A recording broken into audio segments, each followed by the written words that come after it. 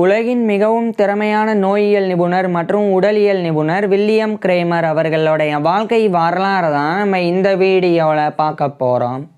1878 June 2 அன்னைக்கு ஜெர்மனியில் இருக்கிற பிராண்டன்பர்கில் சிக்மண்ட் கிரேமருக்கும் ஓல்கா ஹாஃப் கிரேமருக்கும் மகனாக பிறக்கிறார் வில்லியம் கிரேமர். இவருடைய குடும்பம் நல்ல நிலையில் வாழ்ந்து வந்திருக்கிறாங்க. குழந்தை பருவத்திலிருந்தே வில்லியம் கிரேமர் புதிய புதிய விஷயங்கள் தெரிஞ்சுக்கிறதுல ஆர்வம் கொண்ட ஒரு புத்திசாலித்தனமான குழந்தையாக வளர ஆரம்பிச்சிருந்தாங்க. இந்த நிலையில் 1883ஆம் ஆண்டு வில்லியம் கிரேமருக்கு 5 வயசு இருக்கும்போது இவருடைய அப்பா இவரை படிக்க வைக்கிறதுக்காக பிராண்டன்பர்க்லே இருக்கக்கூடிய ஒரு லோக்கல் எலிமெண்ட்ரி ஸ்கூலில் இவரை சேர்த்துறாங்க. அங்கு சேர்ந்து வில்லியம் கிரேமர் இவருடைய ஆரம்ப கல்வியை படிக்க ஆரம்பிச்சிருந்தாங்க. தொடக்கம் முதலே பள்ளி பாடங்களை முழு கவனத்தோட படிக்கக்கூடிய ஒரு சிறந்த மாணவனாக வில்லியம் கிரேமர் திகழ்ந்து வந்தாங்க. அடுத்து 1888ஆம் ஆண்டு இவருடைய 10 வயதில் வில்லியம் கிரேமர் இவருடைய ஆரம்ப கல்வியை முடிச்சிடுறாங்க. இதுக்கப்புறமா இவருடைய அப்பா இவரை மேற்கொண்டு படிக்க வைக்கிறதுக்காக அந்த பிராண்டன்பர்க்லே இருக்கக்கூடிய ஒரு ஜிம்னேசியத்தில் இவரை சேர்த்துடுறாங்க. அதாவது ஜெர்மனியில் ஹை ஸ்கூலானது ஜிம்னேசியம் அப்படின்னு குறிப்பிடப்படும். ஸோ அந்த ஜிம்னேசியம் ஹை ஸ்கூலில் ஜாயின் பண்ணி வில்லியம் கிரேமர் இவருடைய உயர்கல்வி ஹையர் எஜுகேஷனை படிக்க ஆரம்பிச்சிருந்தாங்க. குறிப்பாக பிராண்டன்பர்கில் இருக்கக்கூடிய ஒரு ஜிம்னேசியத்தில் தான் இவருடைய அப்பா இவரை சேர்த்துருந்தாங்க. ஸோ அங்கே இவருடைய உயர்கல்வியை படிக்க ஆரம்பிக்கும் போது வில்லியம் கிரேமருக்கு சயின்ஸ் அறிவியலில் ஆர்வம் ஏற்பட தொடங்கியிருந்தது. இதன் காரணமாக வில்லியம் கிரேமர் நேச்சுரல் ஹிஸ்டரி இயற்கை வரலாறு, நேச்சுரல் சயின்சஸ் இயற்கை அறிவியல் இது போன்ற பாடங்களை வில்லியம் கிரேமர் படித்து வந்தாங்க. அதாவது நேச்சுரல் ஹிஸ்டரி பொறுத்த வரைக்கும் பிளான்ட்ஸ் அண்டு அனிமல்ஸ் பற்றி படிக்கிறது, அதாவது தாவரங்கள் பற்றியும் விலங்குகள் பற்றியும் படிக்கிறது தான் நேச்சுரல் ஹிஸ்டரி அப்படின்றது. குறிப்பாக சொல்லப்போனால் பாட்டனி அண்டு ஜுவாலஜி தாவரவியல் விலங்கியல் இந்த 2 பாடங்கள் உள்ளடங்கியது நேச்சுரல் ஹிஸ்டரி அப்படின்றது. இதே சமயம் நேச்சுரல் சயின்சஸ் அப்படின்றது பயாலஜி உயிரியல், கெமிஸ்ட்ரி வேதியியல், அதே மாதிரி ஃபிசிக்ஸ் இயற்பியல், அதுக்கப்புறமா அஸ்ட்ரானமி வானியல், ஜியாலஜி புவியியல், மினராலஜி கனிமவியல் அப்படின்னு இது போன்ற பாடங்கள் உள்ளடங்கியது நேச்சுரல் சயின்சஸ் அப்படின்றது. ஸோ அந்த 2 இதுலையும் natural history and natural sciences இந்த 2 பாடங்களையுமே ரொம்பவே ஆர்வத்தோடவும் ஈடுபாடோடவும் வில்லியம் கிரேமர் படித்து வந்தாங்க. மேலும் பர்டிகுலராக வில்லியம் கிரேமருக்கு சயின்ஸ்லேயே கெமிஸ்ட்ரி வேதியியல் அதேமாதிரி பயாலஜி உயிரியல் இந்த 2 பாடத்தில் தான் அதிகமான ஆர்வம் ஏற்பட்டது. இதன் காரணமாக இந்த 2 பாடங்களை இன்னும் கூடுதல் கவனம் செலுத்தி வில்லியம் கிரேமர் படித்து வந்தாங்க.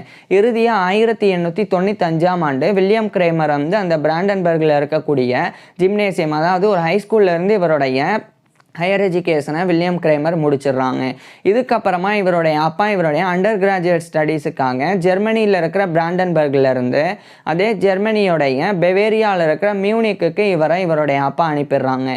ஸோ மியூனிக்கில் இருக்கக்கூடிய Ludwig Maximilian university of Munich அங்கு ஜாயின் பண்ணி வில்லியம் கிரேமர் இவருடைய அண்டர் கிராஜுவேட் ஸ்டடீஸ் படிக்க ஆரம்பிச்சிருந்தாங்க.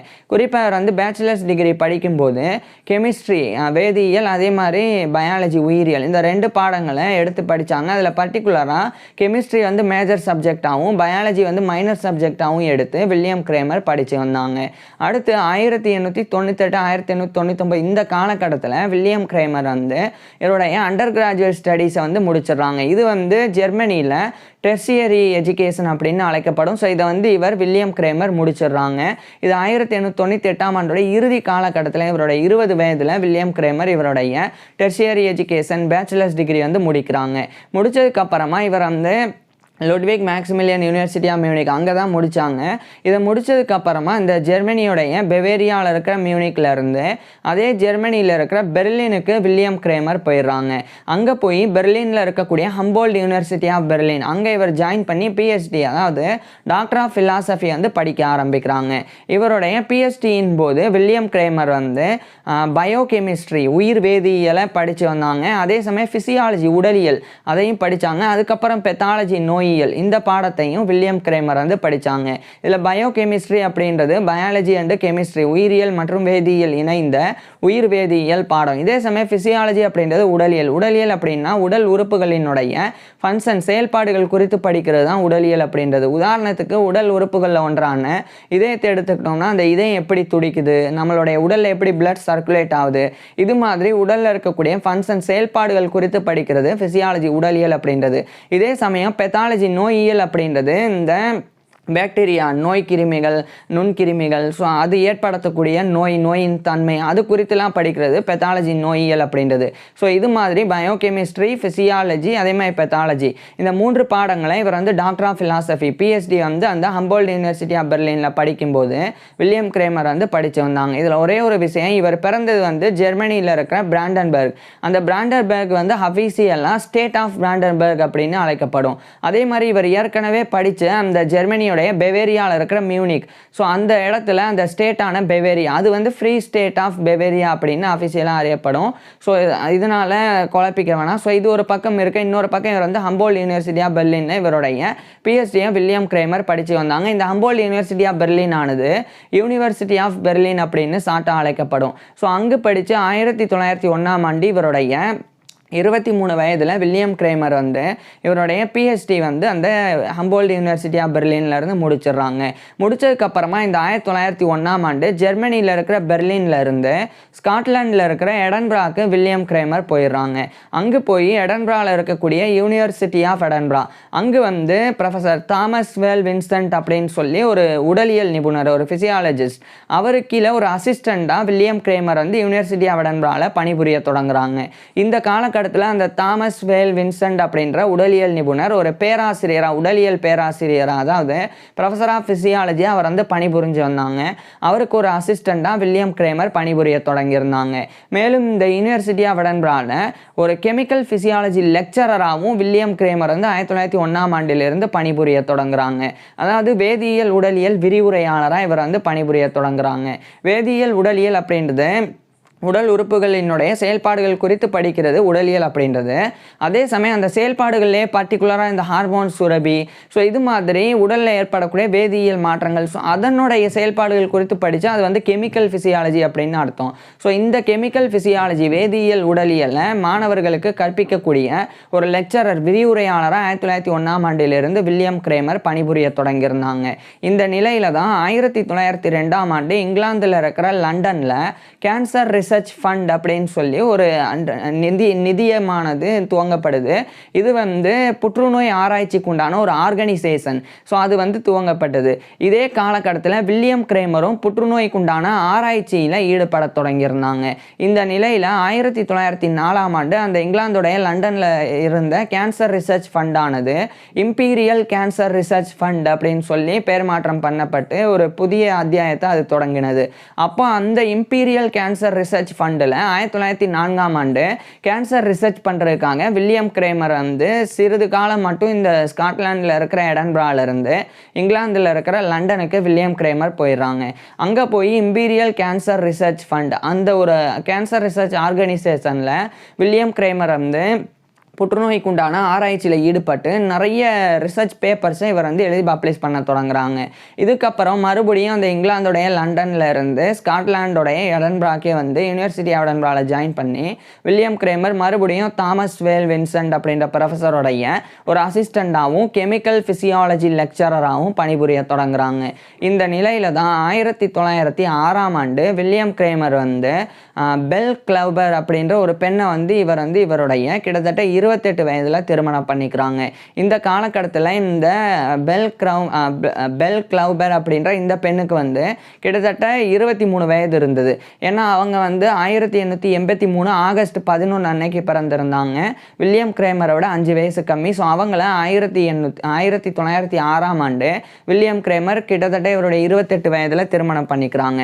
குறிப்பாக இந்த பெல் கிளவுபர் அப்படின்றவங்க வந்து யுனைடெட் ஸ்டேட்ஸோடைய நியூயார்க்கில் இருக்கிற நியூயார்க் சிட்டியில் பிறந்த ஒரு பெண். குறிப்பாக இந்த காலகட்டத்தில் அவங்க வந்து பியானோலாம் கற்றுக்கிட்டு அதில் ஆர்வம் காட்டினாங்க. அதே மாதிரி இவருடைய மனைவியான இந்த பெல் கிளவுபர் கிரேமர் இவங்க வந்து ஒரு ஆர்டிஸ்டாகவும் ஆக தொடங்கியிருந்தாங்க. ஸோ இது வந்து வில்லியம் கிரேமரோடைய பர்சனல் லைஃப். இது ஒரு பக்கம் இருக்க, இன்னொரு பக்கம் 1907ஆம் ஆண்டு வில்லியம் கிரேமர் வந்து ஸ்காட்லாண்டில் இருக்கிற எடன்பராவில் இருக்கக்கூடிய ராயல் சொசைட்டி ஆஃப் எடன்பரா அதனுடைய ஒரு ஃபெல்லோவாக வில்லியம் கிரேமர் வந்து தேர்ந்தெடுக்கப்படுறாங்க. இவர் fellow of the Royal Society of எடன்பராவை தேர்ந்தெடுக்கப்படுறதுக்கு ப்ரப்போசர்ஸாக காரணமாக இருந்தவங்க 4 நபர்கள்.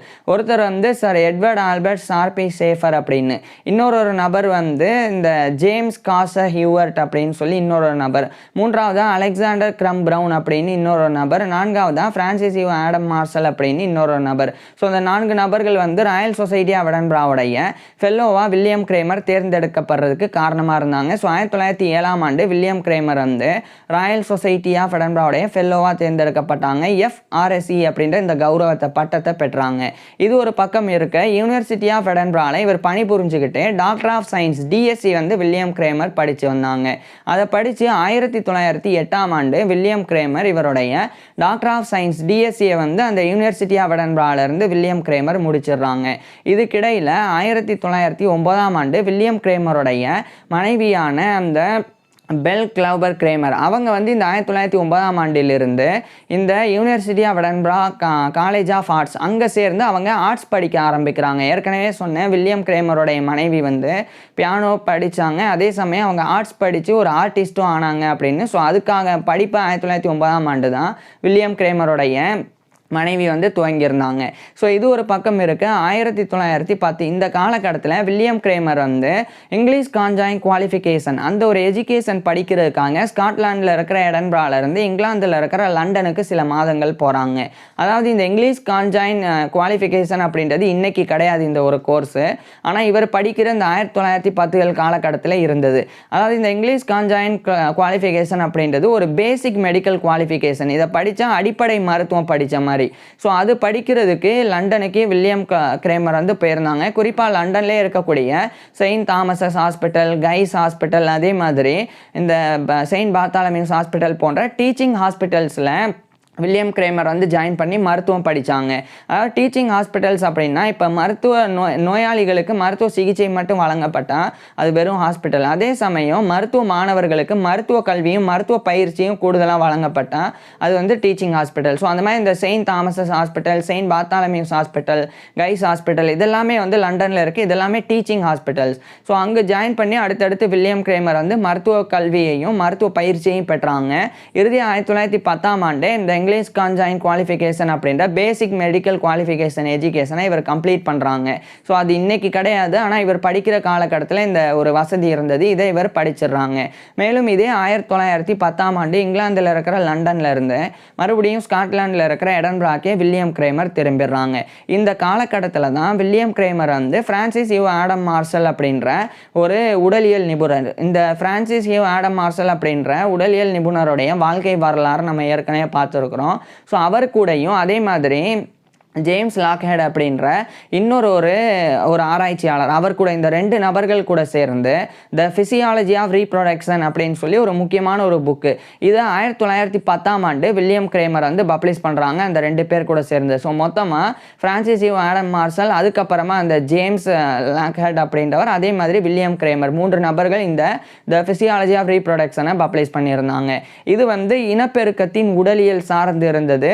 இது எந்த அளவுக்கு ஒரு முக்கியத்துவம் வாய்ந்த புத்தகம் இருந்ததுன்னா ரீப்ரொடக்ஷன் பிசியாலஜியில் ஒரு ஸ்டாண்டர்ட் ஒர்க்காக இது வந்து கருதப்பட தொடங்கியிருந்தது. ஸோ இதன் காரணமாகவே வில்லியம் கிரேமர் ஒரு பிசியாலஜிஸ்டாக உடலியல் நிபுணராக புகழ் பெற தொடங்கியிருந்தாங்க. இதுக்கிடையில் 1911ஆம் ஆண்டு இங்கிலாந்தில் இருக்கிற லண்டனில் பயோகெமிக்கல் சொசைட்டி அப்படின்னு உயிர் வேதியியலுக்குண்டான ஒரு சங்கமானது நிறுவப்பட்டது. அதில் வில்லியம் கிரேமர் இவருடைய பங்களிப்பை கொடுக்க தொடங்குறாங்க. இதுக்கிடையில் 1912 இந்த காலகட்டத்தில் 1913 இந்த காலகட்டத்தில் வில்லியம் கிரேமர் வந்து practical course in chemical physiology அப்படின்னு சொல்லி ஒரு முக்கியமான ஒரு டெக்ஸ்ட் புக்கை வில்லியம் கிரேமர் எழுதி பப்ளிஷ் பண்ணுறாங்க. இது வந்து மாணவர்கள் கெமிக்கல் ஃபிசியாலஜி இந்த வேதியியல் உடலியல் இது படிக்கிறதுக்கு பயன்படுத்தக்கூடிய பாட புத்தகமாக இதை வந்து எழுதி பப்ளிஷ் பண்ணாங்க. இதுவும் மிகப்பெரிய ஒரு வெற்றிகரமான புத்தகமாக இருந்தது. இது மிகப்பெரிய பெயரை வில்லியம் கிரேமருக்கு தேடி கொடுத்தது. இதுக்கிடையில் வில்லியம் கிரேமர் வந்து கேன்சர் ரிசர்ச்சில் தொடர்ச்சியாக ஈடுபட தொடங்குறாங்க. இது ஒரு பக்கம் இருக்குது. 1914 இந்த காலகட்டத்தில் முதல் உலக போர் துவங்குது. இதே 1914ஆம் ஆண்டு வில்லியம் கிரேமர் வந்து ஸ்காட்லாண்டில் இருக்கிற எடன்பராலேருந்து இங்கிலாந்தில் இருக்கிற லண்டனுக்கு வில்லியம் கிரேமர் வந்து போயிடுறாங்க. அங்கே போய் அந்த இம்பீரியல் கேன்சர் ரிசர்ச் ஃபண்டு அதில் வில்லியம் கிரேமர் மறுபடியும் ரிசர்ச் பண்ணுறதுக்கு ஜாயின் பண்ணிடுறாங்க. ஸோ 1904ஆம் ஆண்டு முதல் முறை ஜாயின் பண்ணி சும்மா சில மாதங்கள் மட்டும் ரிசர்ச் பண்ணாங்க.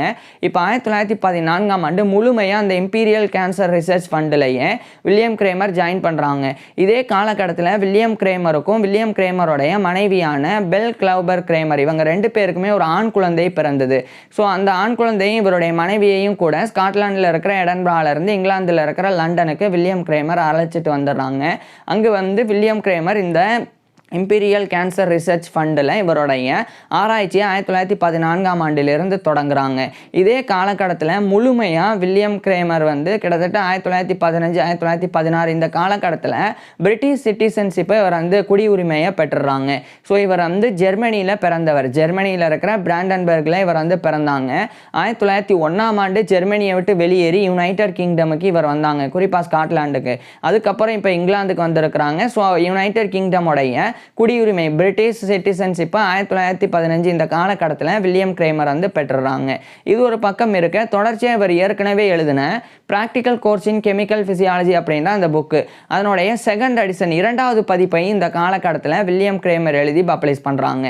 இதுக்கப்புறமா வில்லியம் கிரேமர் வந்து தொடர்ச்சியாக பல்வேறு வகையான ஆராய்ச்சியில் ஈடுபட்டு பெத்தாலஜி நோயியல், ஃபிசியாலஜி உடலியல், கேன்சர் புற்றுநோய் இந்த 3 துறைகளில் வில்லியம் கிரேமர் வந்து நிறைய புக்ஸ் எழுதி தொடர்ச்சியாக பப்ளிஷ் பண்ணவும் தொடங்குறாங்க. இது ஒரு பக்கம் இருக்க, 1918ஆம் ஆண்டு முதல் உலகப் போரானது முடிவடைஞ்சிருது. இதுக்கப்புறமா 1919 இந்த காலகட்டத்தில் வில்லியம் கிரேமர் வந்து German society for the investigation of cancer அப்படின்னு ஜெர்மனியில் கேன்சர் ஆராய்ச்சிக்கு உண்டான ஒரு சொசைட்டி இருக்குது. ஸோ அதனுடைய ஒரு ஃபாரின் மெம்பராக வில்லியம் கிரேமர் வந்து இந்த காலகட்டத்தில் தேர்ந்தெடுக்கப்படுறாங்க. ஏன்னா வில்லியம் கிரேமர் வந்து இப்போ பிரிட்டிஷ் சிட்டிசன்ஷிப்பை பெற்றனால ஜெர்மனியை பொறுத்த வரைக்கும் இவர் வந்து வெளிநாட்டை சேர்ந்தவர் அப்படின்னு கருதப்பட்டாங்க. இதனால German society for the investigation of cancer research அதனுடைய ஒரு ஃபாரின் மெம்பராக வில்லியம் கிரேமர் தேர்ந்தெடுக்கப்பட்டாங்க. இது ஒரு பக்கம் இருக்க, 1920ஆம் ஆண்டு வில்லியம் கிரேமர் வந்து practical courses in chemical physiology அந்த புத்தகத்தினுடைய 4வது பதிப்பு 4th எடிஷன் வந்து பப்ளிஷ் பண்ணாங்க. So first edition, second edition, third edition அப்படின்னு 1920ஆம் ஆண்டு அதனுடைய 4th எடிஷன் 4வது பதிப்பு வரைக்கும் அந்த ப்ராக்டிக்கல் கோர்சஸ் இன் கெமிக்கல் ஃபிசியாலஜியை வில்லியம் கிரேமர் எழுதி பப்ளிஷ் பண்ணாங்க. அந்த அளவுக்கு அது முக்கியமான ஒரு புத்தகமாக இருந்தது. மேலும் வில்லியம் கிரேமர் வந்து அந்த ஏற்கனவே இவர் ஜாயின் பண்ணியிருந்த அந்த Francis Adam Marshall, James Lockett அவங்க 2 பேர் கூடயும் கூடுதலாக கிரெஸ்வெல் சீரர் அப்படின்னு இன்னொரு ஆராய்ச்சியாளர் அவர் கூடயும் அப்படின்னு இந்த 3 நபர்கள் கூட சேர்ந்து மறுபடியும் இந்த ஃபிசியாலஜி ஆஃப் ரீப்ரொடக்ஷன் அந்த புத்தகத்தினுடைய செகண்ட் எடிஷன் 2வது பதிப்பை 1922ஆம் ஆண்டு பப்ளிஷ் பண்ணுறாங்க. இதுவும் மிகப்பெரிய வெற்றிகரமான ஒரு புத்தகமாக போக தொடங்குது. இது ஒரு பக்கம் இருக்க, 1924ஆம் ஆண்டு வில்லியம் கிரேமருக்கும் இவருடைய மனைவியான பெல் கிளவுபர் கிரேமர் இவங்க 2 பேருக்கும் 2வதா இன்னொரு ஆண் குழந்தையும் பிறந்தது.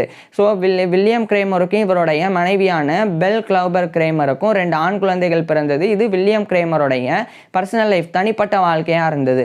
இது ஒரு பக்கம் இருக்க, இந்த 1924க்கு பிறகும் கூட தொடர்ச்சியாக வில்லியம் கிரேமர் இவருடைய ஆராய்ச்சியை இம்பீரியல் கேன்சர் ரிசர்ச் ஃபண்டில் தான் செஞ்சு வந்தாங்க.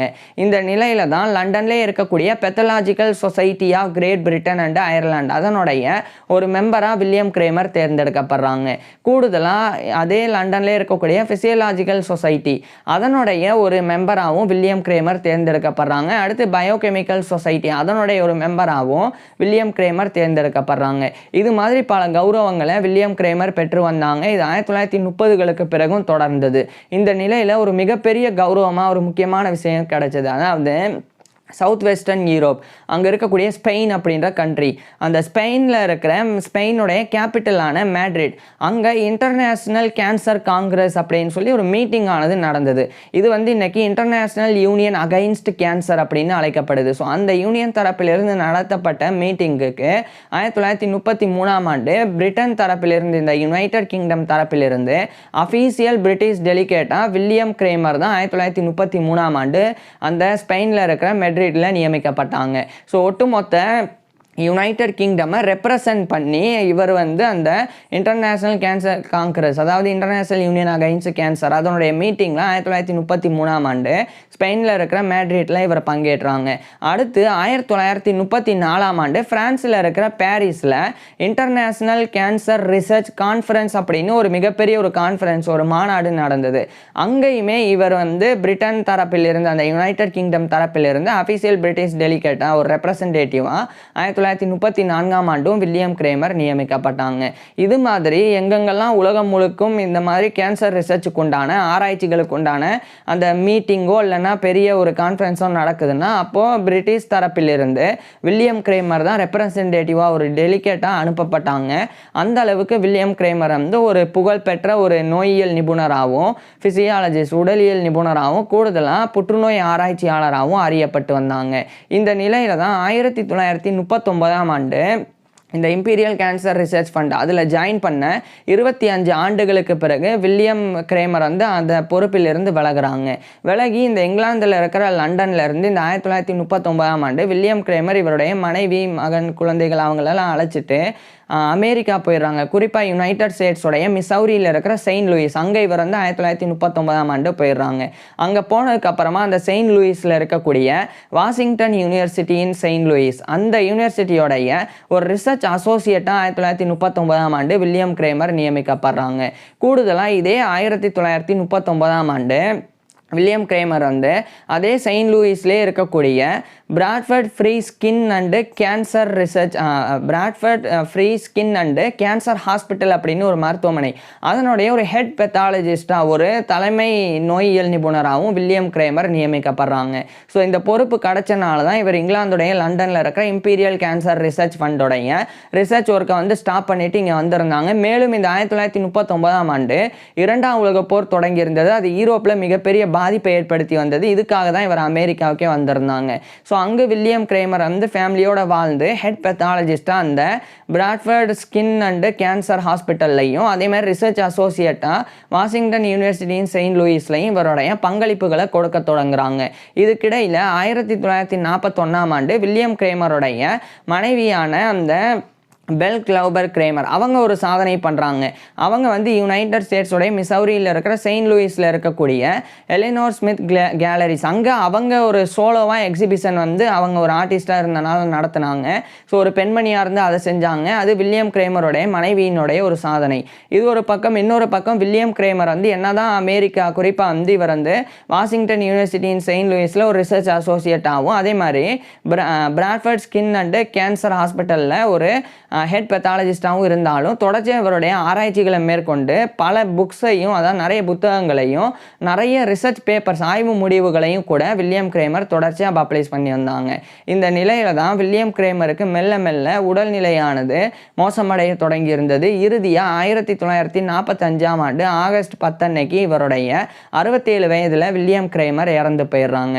ஸோ 1945 ஆகஸ்ட் 10 அன்னைக்கு இவருடைய 67 வயதில் வில்லியம் கிரேமர் இறந்து போயிடுறாங்க. இவர் இறந்து போன பல ஆண்டுகள் பிறகு குறிப்பாக ஒரு 33 ஆண்டுகளுக்கு பிறகு 1978ஆம் ஆண்டு செப்டம்பர் 9 அன்னைக்கு வில்லியம் கிரேமருடைய மனைவியான பெல் கிளவுபர் கிரேமர் அவங்க வந்து அவங்களுடைய 95 வயதில் இறந்து போகிறாங்க. ஏன்னா அவங்க 1883 ஆகஸ்ட் 11 பிறந்திருந்தாங்க.